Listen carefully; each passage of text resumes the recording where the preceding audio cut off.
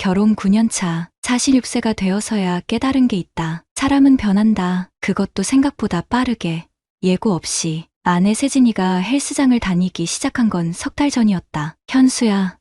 여자도 자기 몸 돌봐야 돼. 나도 이제는 나를 좀 챙기고 싶어. 43세 아내의 말에 나는 고개를 끄덕였다. 맞는 말이었다. 온라인 MD 일로 하루 종일 컴퓨터 앞에 앉아있던 그녀에게 운동은 필요했다. 처음 몇 주는 좋았다. 세진이의 표정이 밝아졌고 잤던 두통도 줄었다고 했다. 하지만 한 달이 지나면서 뭔가 달라지기 시작했다. 귀가 시간이 불규칙해졌다. 예전엔 저녁 7시면 집에 있던 그녀가 9시, 10시에 들어오기 시작했다. PT 받고 샤워하고 오느라 늦었어. 그럴 때마다 그녀의 머리에서 낯선 샴푸 냄새가 났다. 우리 집 샴푸가 아닌 옷도 달라졌다. 9년 동안 보던 면 속옷 대신 레이스 속옷이 빨래 바구니에 나타났다. 운동복도 몸에 딱 붙는 브랜드 제품들로 바뀌었다. 운동할 때 편해야 하잖아. 그녀의 설명은 합리적이었다. 하지만 뭔가 석연치 않았다. 결정적인 순간은 지난주 화요일이었다. 부산 출장에서 하루 일찍 돌아온 나는 오후 9시에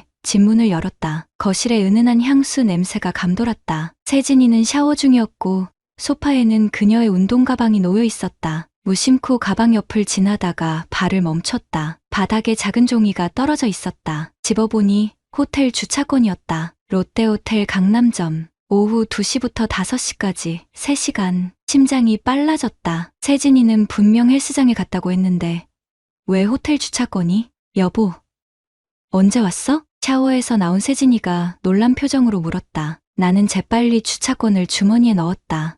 방금 일찍 끝나서. 아, 그래? 배고프지?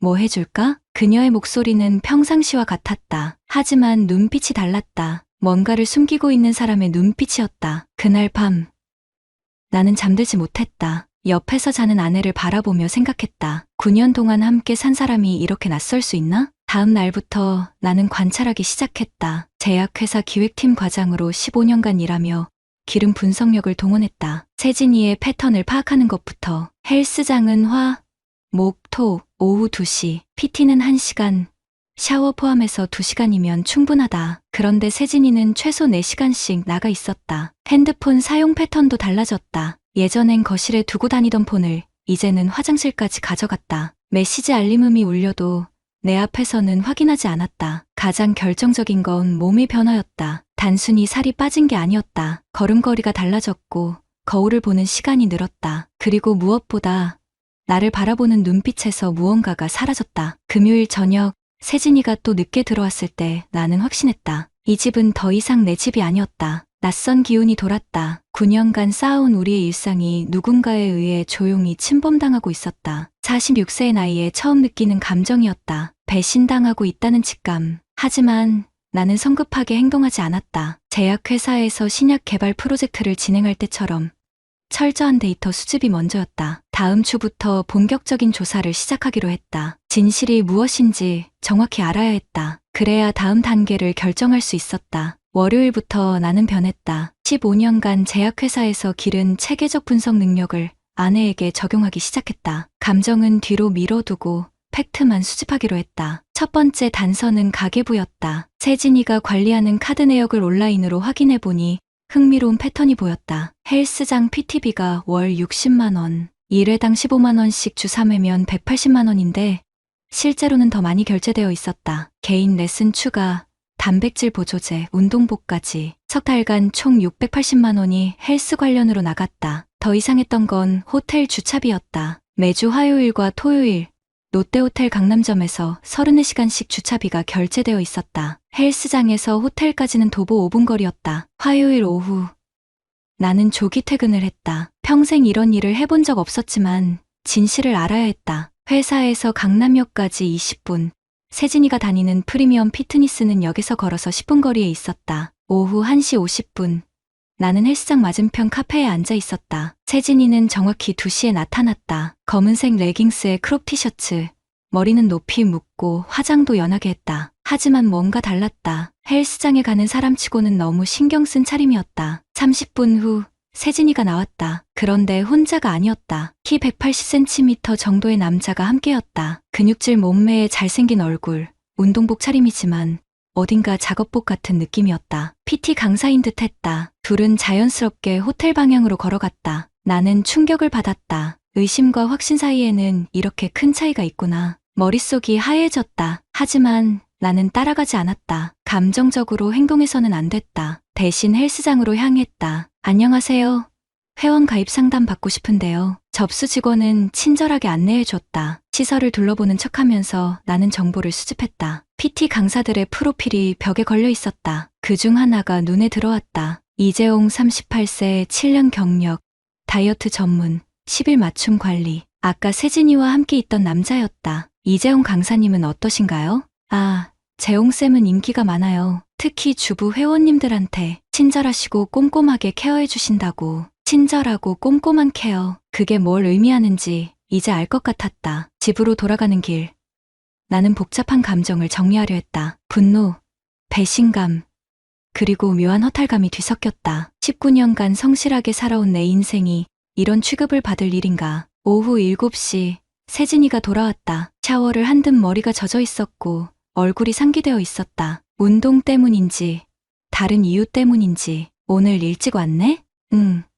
할 일이 없어서. PT 어땠어? 좋았어. 재용쌤이 정말 꼼꼼하게 봐주셔. 재용쌤. 그 이름을 들으니 가슴이 답답해졌다. 하지만 나는 태연한 척했다. 그래? 효과 있는 것 같네. 많이 달라졌어. 세진이는 거울을 보며 미소를 지었다. 9년 동안 보지 못했던 표정이었다. 자신감에 차고 뭔가에 설레는 표정. 그날 밤 나는 인터넷에서 이재용을 검색해봤다. 헬스장 홈페이지, SNS, 각종 카페 후기까지 샅샅이 뒤졌다. 그리고 충격적인 사실을 발견했다. 한 익명 게시판에서 이런 글을 봤다. 강남 팜피트니스 응재용 조심하세요. 제 친구가 그 사람 때문에 이혼했어요. PT 받으면서 감정적으로 의존하게 만들고 그러다가 글은 중간에 삭제되어 있었다. 다른 후기도 비슷했다. 처음엔 정말 친절하고 전문적이에요. 그런데 점점 사적인 얘기를 많이 하시고 운동 후에 차 마시자고 하시고 마사지도 해주신다면서 스킨십이 좀 패턴이 보였다. 이재용은 단순한 PT 강사가 아니었다. 중년 여성들의 심리를 교묘하게 이용하는 전문가였다. 그리고 내 아내도 그 대상 중 하나였다. 수요일 새벽 나는 잠에서 깼다. 옆에서 자던 세진이가 휴대폰을 보고 있었다. 시계는 새벽 2시를 가리키고 있었다. 누가 이 시간에 메시지를 보낸 걸까? 세진이는 내가 깬 걸 모르는 듯 계속 휴대폰을 들여다봤다. 화면의 불빛이 그녀의 얼굴을 비췄다. 미소를 짓고 있었다. 새벽 2시에 누군가의 메시지를 보며 미소를 짓고 있었다. 그 순간 확신했다. 이건 운동이 아니라 관계였다. 내가 그렇게 우스웠나? 46세 남자가 아무것도 모르고 바보처럼 살고 있다고 생각했나? 다음 날부터 본격적인 증거 수집을 시작했다. 감정은 접어두고 법정에서 통할 수 있는 확실한 증거를 모으기로 했다. 이제 선은 내가 긋는 차례였다. 목요일 오전 나는 유급 휴가를 냈다. 15년 회사 생활에서 개인 사정으로 휴가를 낸 건 처음이었다. 하지만 이번만큼은 어쩔 수 없었다. 확실한 증거가 필요했다. 첫 번째 목표는 디지털 흔적이었다. 세진이의 휴대폰은 불가능했지만 집 컴퓨터는 달랐다. 우리가 공용으로 쓰는 PC에 카카오톡이 연동되어 있었다는 걸 떠올렸다. 오전 10시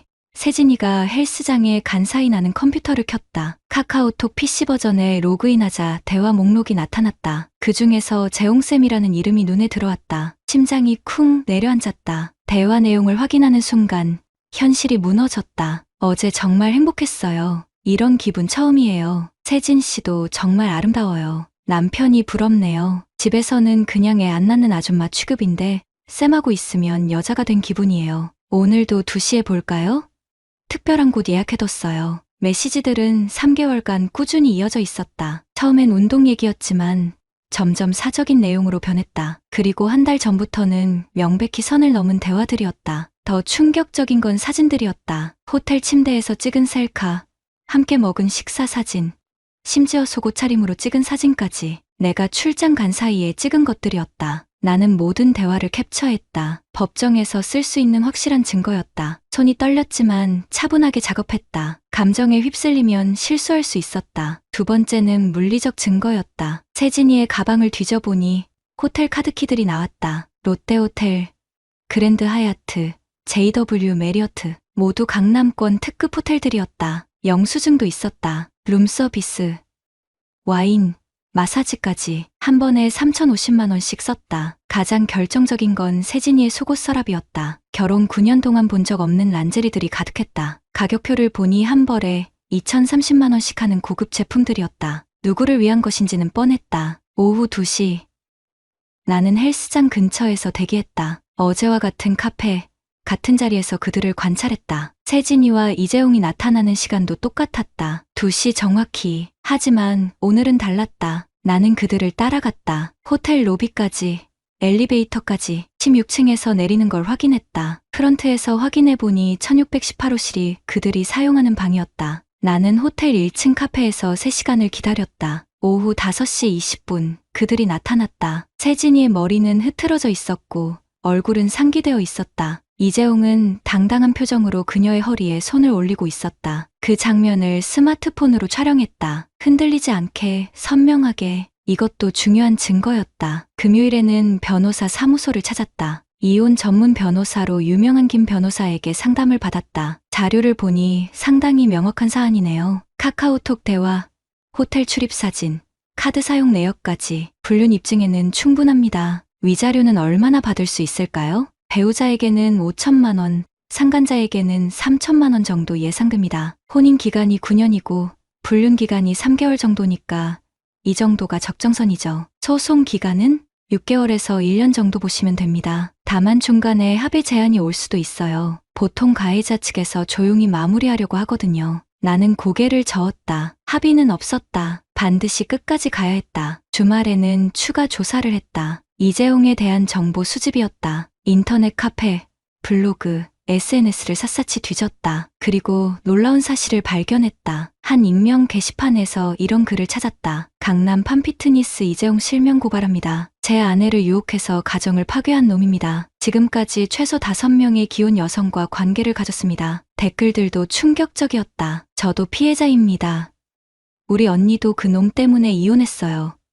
헬스장 사장이랑 짜고 하는 것 같아요. 이재용은 단순한 바람둥이가 아니라 상습범이었다. 나는 그 글을 쓴 사람에게 개인 메시지를 보냈다. 같은 피해자끼리 정보를 공유하자고. 다음날 답장이 왔다. 저도 9개월간 증거 모으고 소송했습니다. 위자료 4천만 원 받았어요. 그놈은 지금 다른 헬스장으로 옮겨서 또 같은 짓 하고 있을 겁니다. 도움이 필요하면 연락 주세요. 월요일 아침 나는 모든 증거를 정리했다. 카카오톡 대화 160장, 호텔 영수증 27장, 사진 43장, 카드 사용 내역 3개월치, A사 용지로 2박스 분량이었다. 세진이는 여전히 모르고 있었다. 아침에 나가면서도 오늘 PT 있어서 늦을 것 같아 라고 했다. 아무것도 모르는 척, 그래, 조심해서 다녀와라고 답했다. 하지만 이제 끝이었다. 3주간의 조사가 완료됐다. 다음 주에는 모든 걸 공개할 예정이었다. 운동?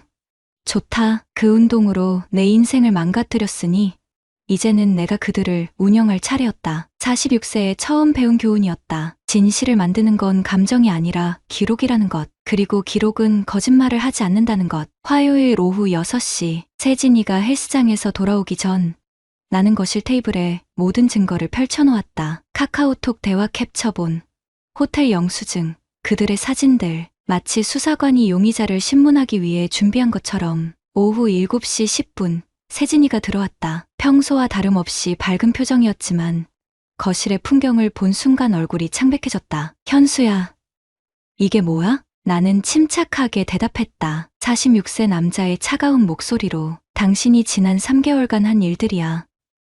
앉아. 세진이는 주저하며 소파에 앉았다. 손이 떨리고 있었다. 이재용이라는 놈과 호텔에서 뭘 했는지 다 안다. 카카오톡 대화도 다 봤고 사진도 다 있어. 변명하지 마. 세진이는 입을 열려다 말았다. 그리고는 갑자기 눈물을 터뜨렸다. 미안해. 현수야. 정말 미안해. 나도 어쩌다가 이렇게 됐는지. 하지만 나는 동요하지 않았다. 3주간의 조사로 이미 감정적 충격은 소화했다. 어쩌다가?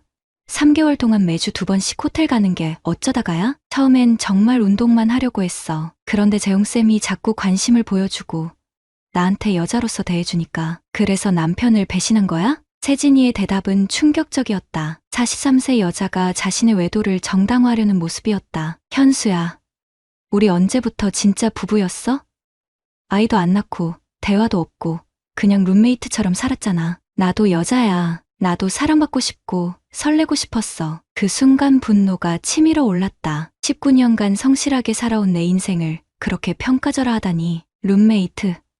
그 룸메이트가 당신 헬스장비 월 60만 원씩 대주고 호텔비 매주 50만 원씩 대줬나? 그 룸메이트가 당신 명품 속옷값까지 대줬나? 세진이는 말문이 막혔다. 그리고 이재용이라는 놈 말이야. 당신만 상대한 게 아니야. 이미 5명의 기혼 여성과 똑같은 짓을 했어. 당신은 그냥 그 놈의 고객 중 하나였던 거야. 세진이의 얼굴이 더욱 창백해졌다. 그럴 리가 없어. 재용쌤은 나를 진심으로, 진심. 이것도 진심이야? 나는 휴대폰으로 촬영한 영상을 보여줬다. 이재용이 다른 여자와 같은 호텔에 들어가는 장면이었다. 어제 찍은 것이었다. 세진이는 충격을 받은 듯 멈춰섰다. 그리고는 갑자기 화를 내기 시작했다. 그래. 내가 잘못했어. 그런데 당신도 문제 있어. 9년 동안 나한테 무관심했으면서 이제 와서 뭘 따지는 거야. 적반하장이었다. 자신의 불륜을 남편 탓으로 돌리고 있었다. 내가 무관심했다고? 매달 용돈 200만 원 주고 당신 일 간섭 안 하고 아이 낳자는 압박도 안 했는데 돈으로 해결할 수 있는 게 다가 아니야. 나는 감정적으로 메말라 있었어. 그래서 다른 남자 침대에서 감정을 채운 거야? 세진이는 대답하지 못했다. 그리고 마지막 카드를 꺼내들었다. 현수야. 우리 다시 시작해보자. 내가 모든 걸 끊을게. 재용쌤도 만나지 않을게. 하지만 이미 늦었다. 나는 서류 봉투를 꺼냈다. 늦었어. 이미 변호사 선임했고 다음 주에 이혼 소송 들어가. 이재용한테도 위자료 청구할 거야. 현수야, 제발 한 번만 용서해줘. 정말 한순간의 실수였어. 한순간? 3개월이 한순간이야? 그리고 이미 헬스장에도 신고했어. 직원이 회원과 부적절한 관계 맺는 거 업계에 알릴 거야. 세진이는 무릎을 꿇고 울기 시작했다. 현수야, 우리 결혼 9년인데 이렇게 끝낼 거야? 9년을 당신이 끝낸 거야. 나는 정리만 하는 거고. 다음 날 나는 헬스장을 직접 찾아갔다. 매니저인 오진호 씨와 면담을 요청했다. 안녕하세요. 며칠 전에 상담받았던 김현수입니다. 아, 네, 기억나요. 어떻게 오셨어요? 이재용 강사 때문입니다. 제 아내와 부적절한 관계를 맺었어요. 오진호의 표정이 어두워졌다. 역시 그랬군요. 사실 저희도 의심하고 있었어요. 저 사람 때문에 문제가 한두 번이 아니거든요. 다른 사례도 있나요? 네, 작년에도 기혼 회원 한 분과 문제 있었어요. 그때는 조용히 넘어갔는데 죄송합니다. 나는 모든 증거를 보여줬다. 오진호는 심각한 표정으로 자료를 검토했다. 이 정도면 즉시 해고 조치하겠습니다. 그리고 업계 협회에도 신고하겠어요. 다른 곳에서도 같은 일 못하게. 감사합니다. 법적 대응도 준비 중이니까 증언이 필요하면 협조 부탁드려요. 당연히 도와드리겠습니다. 이런 일이 다시는 없도록 하겠어요. 그날 오후 이재용에게서 전화가 왔다. 저기 김현수 씨시죠? 잠깐 만나서 얘기할 수 있을까요? 할 얘기 없어. 법정에서 봐. 아니에요. 오해가 있는 것 같은데. 오해? 호텔 사진도 오해야? 이재용은 말을 잇지 못했다. 그냥 조용히 합의하면 안 될까요? 저도 먹고 살아야 해서. 먹고 살려면 제대로 일해. 남의 아내 유혹하지 말고. 나는 전화를 끊었다. 38세 남자가 울먹이는 목소리였지만 동정할 생각은 없었다. 한 주 후 모든 서류가 접수됐다. 이혼 소송과 상간자 위자료 청구 소송이 동시에 진행됐다. 변호사는 승소를 확신했다. 이 정도 증거면 99% 이깁니다. 문제는 상대방이 얼마나 버틸지예요. 끝까지 갈 겁니다. 합의는 없어요. 46세에 처음 깨달은 진리였다. 때로는 선량함이 약점이 될 수 있다는 것. 그리고 그럴 때는 단호하게 선을 그어야 한다는 것. 운동이 아니라 감정선을 넘은 순간 이제 선은 내가 긋는 거였다. 6개월 후 법정에서 최종 판결이 나왔다. 이혼 승소, 세진이에게 위자료 5천만 원, 이재용에게 3,500만 원, 총 8,500만 원이었다. 변호사의 예상보다 높은 금액이었다. 판사님이 상당히 엄중하게 보셨네요. 특히 상간자의 상습성과 직업적 지위 남용을 중하게 봤습니다. 법정을 나오는 길에 세진이가 다가왔다. 6개월 사이에 많이 야위어 있었다. 현수야, 정말 미안해. 내가 너무 어리석었어. 나는 그녀를 바라봤다. 43세 여자의 늙은 얼굴에서 더 이상 아무런 감정도 느껴지지 않았다. 이제 남남이야. 위자료는 기한 내에 입금해. 현수야, 할 말 있으면 변호사한테 해. 이재용은 법정에 나타나지도 않았다. 판결 후 헬스장에서 해고당했고 다른 곳에도 취직이 안 된다고 들었다. 업계에 소문이 퍼진 탓이었다. 판결 확정 후 일주일 뒤 이재용에게서 전화가 왔다. 김연수 씨, 정말 죄송합니다. 제가 정말 잘못했어요. 분할해서라도 꼭 갚겠습니다. 당연히 갚아야지. 강제집행 신청도 해놨으니까 도망가지 마. 네, 그런데 혹시 다른 헬스장에 취직하는 거 도와주실 수? 그건 내가 알아서 해. 나는 다른 피해자들 모아서 업계 전체에 경고하는 중이야. 실제로 그랬다. 소송 과정에서 만난 다른 피해자들과 함께 헬스장 성희롱 피해자 모임을 만들었다. 벌써 12명이 모였다. 모두 비슷한 수법의 피해자들이었다. 이런 일이 더 이상 없어야 해요. 우리가 나서지 않으면 또 다른 가정이 무너져요. 모임의 회장을 맡게 된 나는 언론 인터뷰도 했다. 얼굴은 가렸지만 실명으로 증언했다. 헬스장 PT라는 명목으로 기혼 여성들을 유혹하는 수법이 있습니다. 운동 지도가 아니라 감정적 조작이에요. 피해자들이 목소리를 내야 합니다. 기사가 나간 후 반응이 컸다. 댓글에는 지지하는 목소리가 많았다. 형님 잘하셨습니다. 이런 놈들은 반드시 처벌받아야 해요. 선량한 남편들이 너무 당하고만 삽니다. 위자료는 세진이가 먼저 입금했다. 5천만 원 전액을 한 번에 친정에서 대신 준 것 같았다. 이재용은 아직 못 갚고 있었지만 매달 50만 원씩 분할 상환하기로 합의했다. 돈보다 중요한 건 정신적 회복이었다. 6개월간의 법정 싸움은 힘들었지만 동시에 치유 과정이기도 했다. 억울함과 분노가 정의로 바뀌는 경험이었다. 이혼 후 나는 강남 아파트를 정리하고 분당으로 이사했다. 작지만 깔끔한 원룸이었다. 46세에 시작하는 새로운 독신 생활이었다. 아침마다 분당중앙공원에서 조깅을 시작했다. 처음엔 1km도 힘들었지만 3개월 후에는 5km를 뛸 수 있게 됐다. 헬스장은 가지 않았다. 굳이 그럴 필요가 없었다. 회사에서도 달라졌다. 집안일에 신경 쓸 게 없으니 업무에 더 집중할 수 있었다. 승진 기회도 생겼다. 부장 승진 대상자 명단에 내 이름이 올라갔다. 현수야, 요즘 많이 달라진 것 같은데?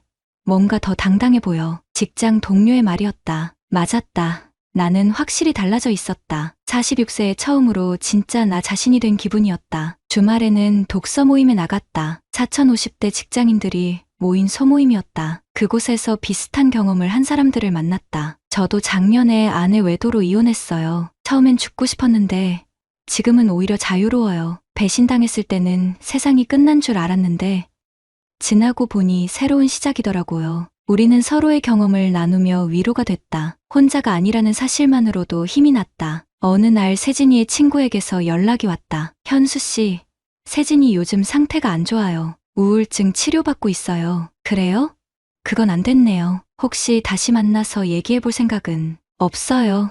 이미 끝난 일이에요. 냉정하게 들릴 수도 있지만 진심이었다. 세진이에 대한 감정은 정말로 끝났다. 분노도, 미움도, 연민도 없었다. 그냥 남이었다. 대신 새로운 관계에 대한 생각이 들기 시작했다. 46세가 늦은 나이는 아니었다. 독서 모임에서 만난 48세 이혼녀와 커피를 마시기도 했다. 급하지는 않았다. 시간을 두고 천천히. 1년 후 나는 피해자 모임의 활동을 정리했다. 우리의 노력으로 헬스장 업계의 윤리 규정이 강화됐다. PT 강사들의 회원과의 사적 만남을 금지하는 조항이 생겼다. 현수 씨 덕분에 이런 일이 줄어들 것 같아요. 정말 고생 많으셨어요. 다른 피해자분의 말이었다. 그분도 승소 판결을 받고 새로운 삶을 시작하고 있었다. 마지막 모임에서 나는 이런 말을 했다. 우리가 당한 일은 분명 불행한 일이었어요. 하지만 그 일을 통해서 더 강해졌고 다른 사람들을 도울 수 있게 됐어요. 결국 의미 있는 시간이었던 것 같아요. 집으로 돌아오는 길, 공원에서 조깅하는 사람들을 봤다. 각자의 속도로, 각자의 목표를 향해 뛰고 있었다. 나도 그중 하나였다. 46세의 깨달은 진리였다. 몸을 관리한다는 건 인생을 다잡는 일이었다. 다만 그걸 이용해서 다른 사람의 인생을 망가뜨리는 인간들에게는 반드시 대가가 따른다는 것도. 지금 내가 하는 새벽 조깅이 진짜 운동이었다. 나를 지키고 나를 강하게 만드는, 그리고 아무도 이용할 수 없는 오롯이 내 것인 운동이었다. 오늘도 나는 뛴다. 과거를 뒤로하고 미래를 향해서, 46세의 새로운 인생을 향해서. 구독자님들, 오늘 사연 댓글로 공유해 다른 분들과 함께 의견 나눠보세요. 저도 읽어보며 소통하겠습니다.